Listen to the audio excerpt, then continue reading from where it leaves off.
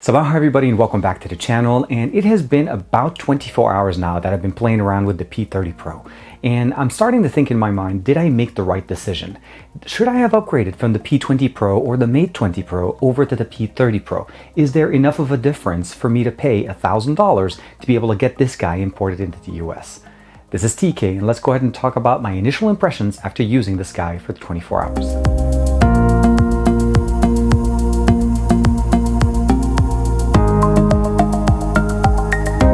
Like and subscribe and hit that bell icon to be notified whenever we put out new content, especially about new flagships on the channel. Now there's two different variants of this device. There's the P30 and the P30 Pro. I decided to go with the Pro model mostly because I had the P20 Pro from last year and I wanted to see basically the evolution. So what we have here is the P30 Pro. I imported this directly from the UK and this is the 8 gig model with 128 gigs of internal storage. There is other variants with 256 to 512 gigs of internal storage. So mostly just want to share that with you guys, and of course I'll share with you guys a link in the description below if you'd like to buy it directly in the US. Now, as far as the color that I decided to go with is I went with the Aurora color, mostly because that's the color I liked out of all the options that we saw. There was that red one, but unfortunately that one was not only more expensive because it had the more storage, but it's also limited in quantity. So as you can see, the device looks amazing. We have a green to blue tint, a kind of a gradient color, and it is transitioning from the top down to the bottom. We have Huawei, obviously the lenses are designed by Leica, and what we have here essentially is a triple camera setup with a time-of-flight sensor. So technically 4 cameras, although the 4th one that we have right here is mostly used for depth information as well as maybe some 3D gaming similar to the ones we saw on the View 20. But for right now, you cannot take pictures with this sensor. The 3 sensors that we have here, we have a 40 megapixel sensor that's a wide angle lens at f1.6, a 20 megapixel sensor that's an ultra wide, so we definitely have the return here of the ultra wide sensor at f2.2, and then the last one is the 8 megapixel. Basically that's going to be used as a telephoto lens, enabling us to have some ridiculous zoom, and I'll share with you guys the picture that I just posted today on Instagram. We have wireless charging and reverse wireless charging here, which is a little bit different than what we had last year with the P20 Pro. As you can see, the design pretty much mirrors what we had them before. The placements of the camera, the sensors and everything for the most part look the same.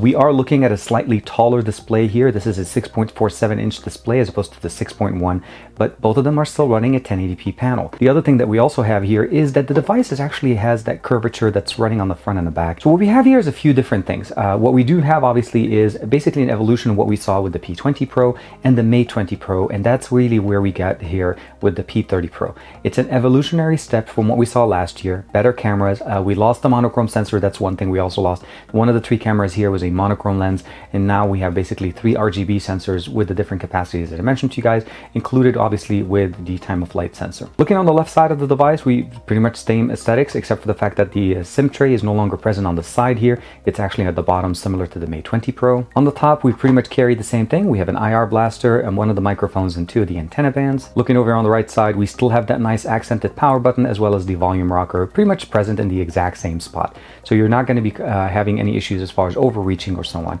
But you can see when I put the devices basically neck to neck, you can see that it's a little bit taller, and because of the bezels on this being a lot smaller than we had with the P30 Pro and the fact that the fingerprint sensor is in the display, we get a bigger display for just barely a little bit more as far as length. As far as width, for the most part, both these devices are the same. I do also want to mention also that the top part of this is actually pretty flat. You can kind of see how flat it is as opposed to what we have it curved here on the P20 Pro. On the bottom, similar situation with the exception as we have the bottom firing speaker. We no longer have stereo speakers here with the P20 Pro. And of course here, what we have essentially is one of the speakers that was married to this speaker that we have at the top. Except what we have here on the P30 Pro is essentially a smaller knob, as well as the fact that we no longer have that notification LED that's sitting at the top. So those are a couple of things that we lost. The fingerprint sensor is now at the bottom, but it is actually in the display. So it's similar to the Mate 20 Pro, and that's going to be basically the new trend going on. So no fingerprints on the back, on the side or anything, or even at the bottom the way we have it here, but you definitely have a much better display. And you could see that both of these displays look gorgeous. We have pretty much Emui 9.1, the latest version of Emui, as I'm running here Emui 9.0 with the latest security patch update. So slightly different version of software with a few little optimizations. Looking through the rest of the box, we have a SIM eject tool. We have some document information here.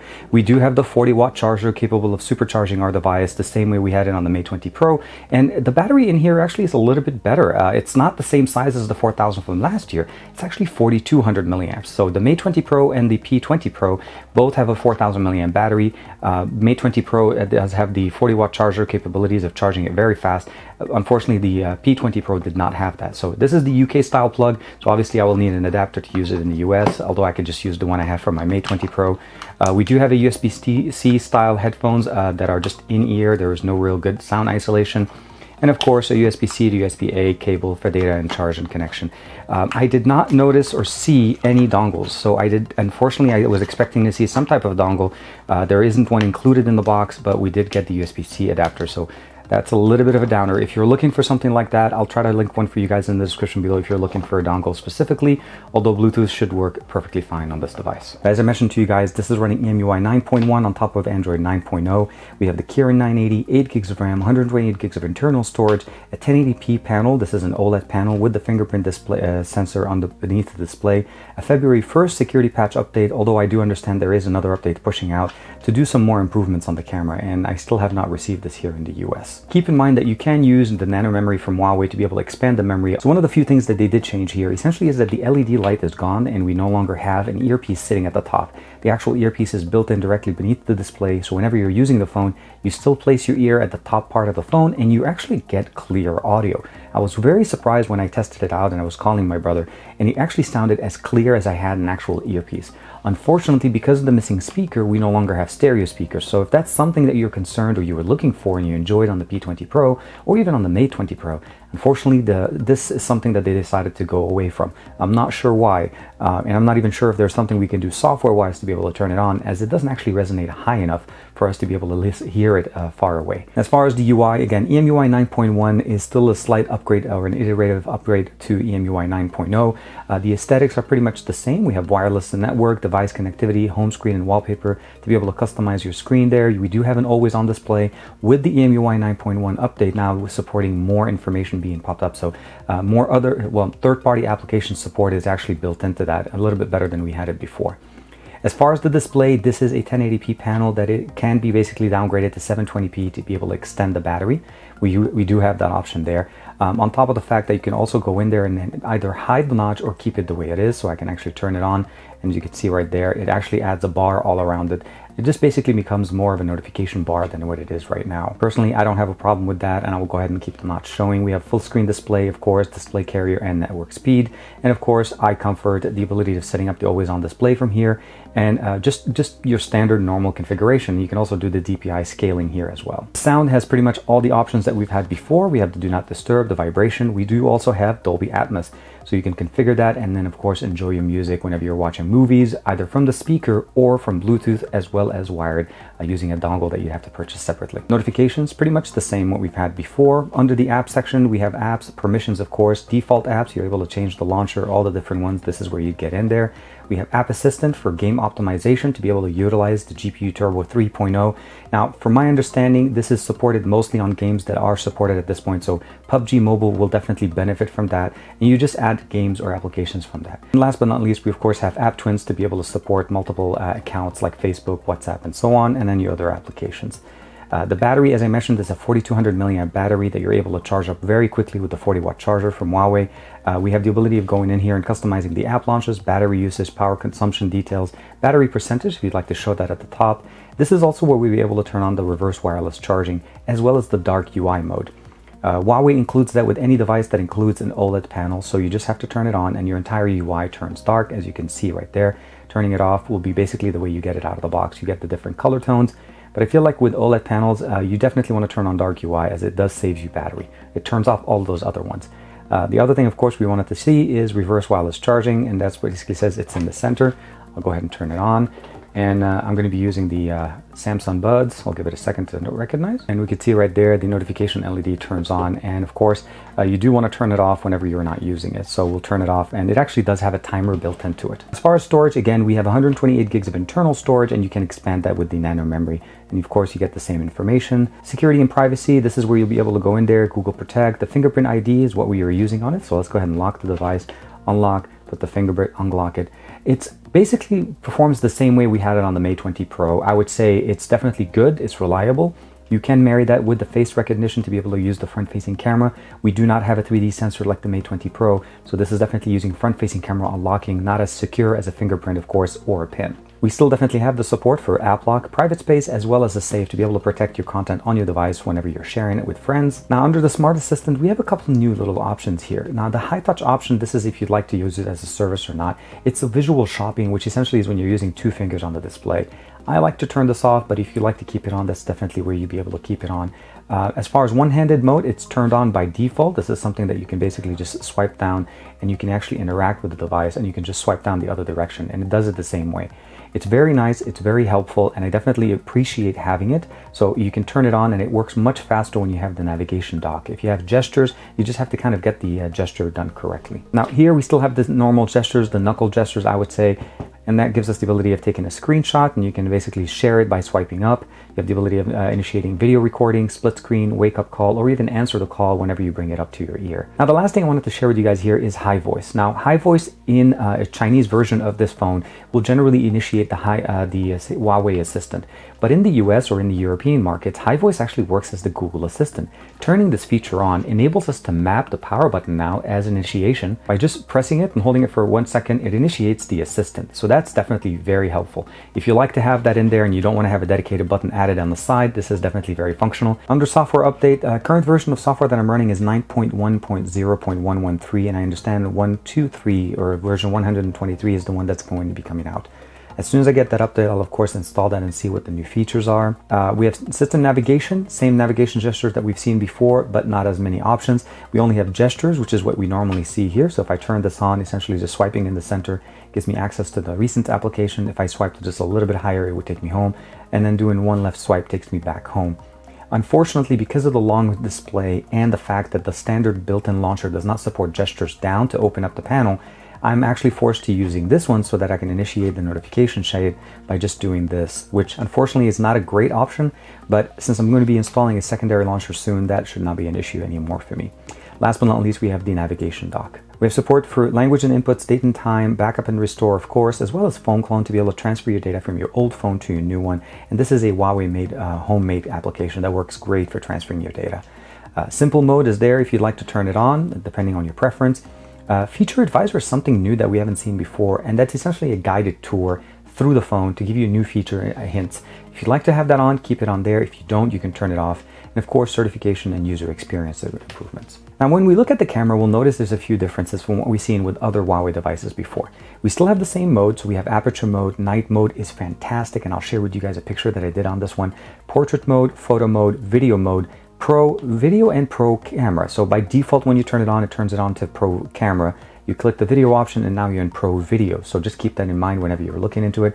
And under more, we have monochrome, slow-mo, of course. We have time-lapse, moving picture, filters, underwater if you want to take it in there. We have a dedicated macro mode, as well as, I think, if I'm not mistaken, a couple of options that you can download, but they're already in there and installed. So document mode and stickers.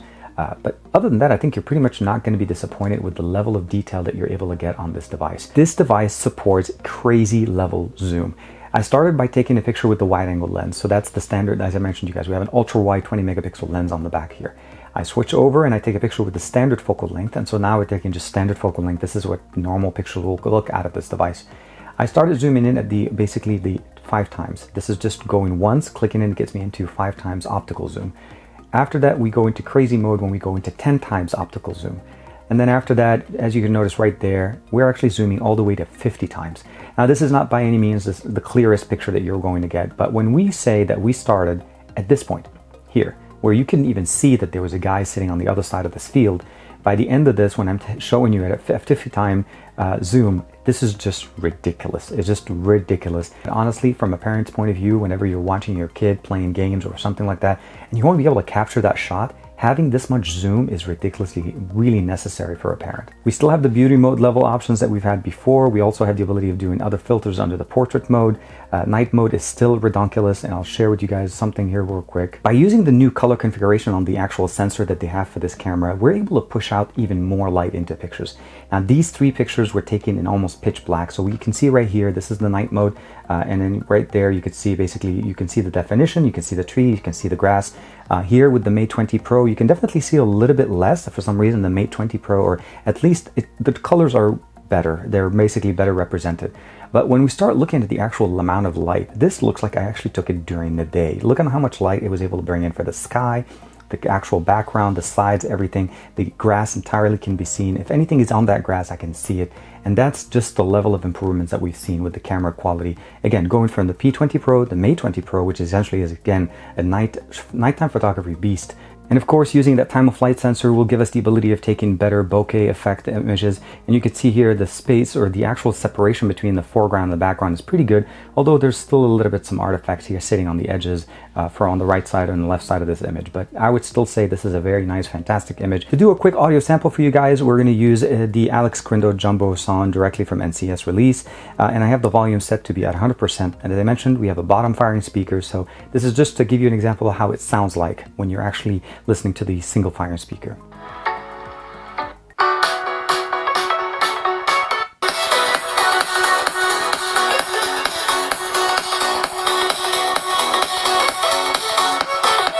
Now, I'm not going to say this is the loudest speaker. It's definitely very clear. I used it for both phone calls as well as just listening to music, and it works pretty good. As far as the earpiece, it actually surprisingly works well. And because it's placed in around the same spot as we normally have it, there's really no adjustment. Now, when it comes to actual video taking, we do have 4K with the Kirin 980. Unfortunately, only 4K at 30 frames per second. We have 1080p at 60 frames per second, and of course, full screen using the aspect ratio for the display, as well as the ability of going down to 720p. Now, the front-facing camera is only capped at 1080p Full HD Plus, which uses the full screen. So for compatibility's sake, we're going to keep both the front and the back at 1080p at standard 30 frames per second. And one thing I want to mention to you guys is with the front-facing camera is we do have HDR support for both pictures as well as video. So that's definitely an improvement from what we had last year. Starting off with the back-facing sensor, this is exactly what you could expect at 1080p. We should have OIS and EIS on here, so the image itself should be pretty stable as well. You should be able to get good audio as well as good video out of this. And you can switch between the different modes, meaning you can go between 1 time, 5 times zoom, I'm not sure why you would do that, to 10 times zoom if you really want to be that close to your subject. Of course, the best one would be if you use the wide angle lens on the back so that you can get the best picture possible. Switching over to the front facing sensor, the maximum resolution we're going to be able to get here is 1080p or 1080p with the full display, which means this is just a wider aspect ratio if you want to be able to use the full display. But at the most, we're getting 1080p, and I really would have wished to see at least 4K, especially since we have such a high megapixel sensor on the front. One of the really nice features that we also have here is the ability of turning on Emui desktop mode with using wireless projection, and voila, we have a display that's being controlled directly using our phone. We can have our phone connected and just basically charge it, use full display applications, watch you, obviously you have YouTube right there, video, Chrome, and desktop mode. All the benefits that you'd expect out of a desktop mode using wireless projection directly from the P30 Pro. Let's start off with the price point. Is this phone worth $1,000? I think it's worth every penny with the features and the technology that we have here. We learned basically, took the best of the stuff that we had on the Mate 20 Pro, the P20 Pro, and we basically put it in as an evolutionary upgrade to the P30 Pro. Now, we did lose the stereo speaker, and we also lost the little LED light that we had at the top. So those are a little bit of a trade-off, but we still have a really good device. The earpiece under the display works great. The fingerprint sensor works as good as we had it on the Mate 20 Pro. It's good, it's more reliable than just using front-facing, face unlock, as we don't have a 3D sensor here. The Mate 20 Pro has definitely some advantages there. Still, which kind of begs the question is, should you upgrade from the Mate 20 Pro? And in my opinion, right now, I would say not really. It's not that big of a jump between the Mate 20 Pro and the P series. Even though they're two different series of devices, the features that you're getting here, the reverse wireless charging, the wireless charging, the 40-watt charger, the 4,000 milliamp battery, the display, the technology with the, the symmetry between the front and the back, I don't really see it as a selling point. If you have the Mate 20 Pro, I think you should stay with that. It's a great device. You should be very happy with that. When it comes to upgrading from the P20 Pro over to the P30 Pro, I think that upgrade depends really on what you need. If you're happy with your P20 Pro, you probably don't necessarily need to upgrade. And I say that because some of the features that you're getting here are just basically evolutionary or iterative updates. The wireless charging and the reverse wireless charging, we saw it before, but the reality of the matter is we still have fast charging directly with there, and we do have here a little bit faster charging, so just keep that in mind. We have a massive battery, a 1080p panel, updates that are pushing it, and we received the update, as I showed you with the video yesterday, all the way to March 1st, so we're not behind on any of the features there, and I'm pretty sure 9.1 will come down the pipe. So keep in mind, it really comes down mostly to what you want out of your device. Do you want a monochrome sensor, or do you want a wide angle lens sensor? That's something that you're gonna keep in mind. If you want the wide angle, the P30 Pro is your champ, as well as if you want 50 times digital zoom, that's going to be the P30 Pro. I think the P20 Pro is still a great device if you have it, but this definitely kind of puts it up to what you want out of your device. Like and subscribe as usual. Make sure you share this video with all your friends so that they can see all the new features that we have with the P30 Pro and Emui 9.1. This is TK, and I'll see you guys in the next video.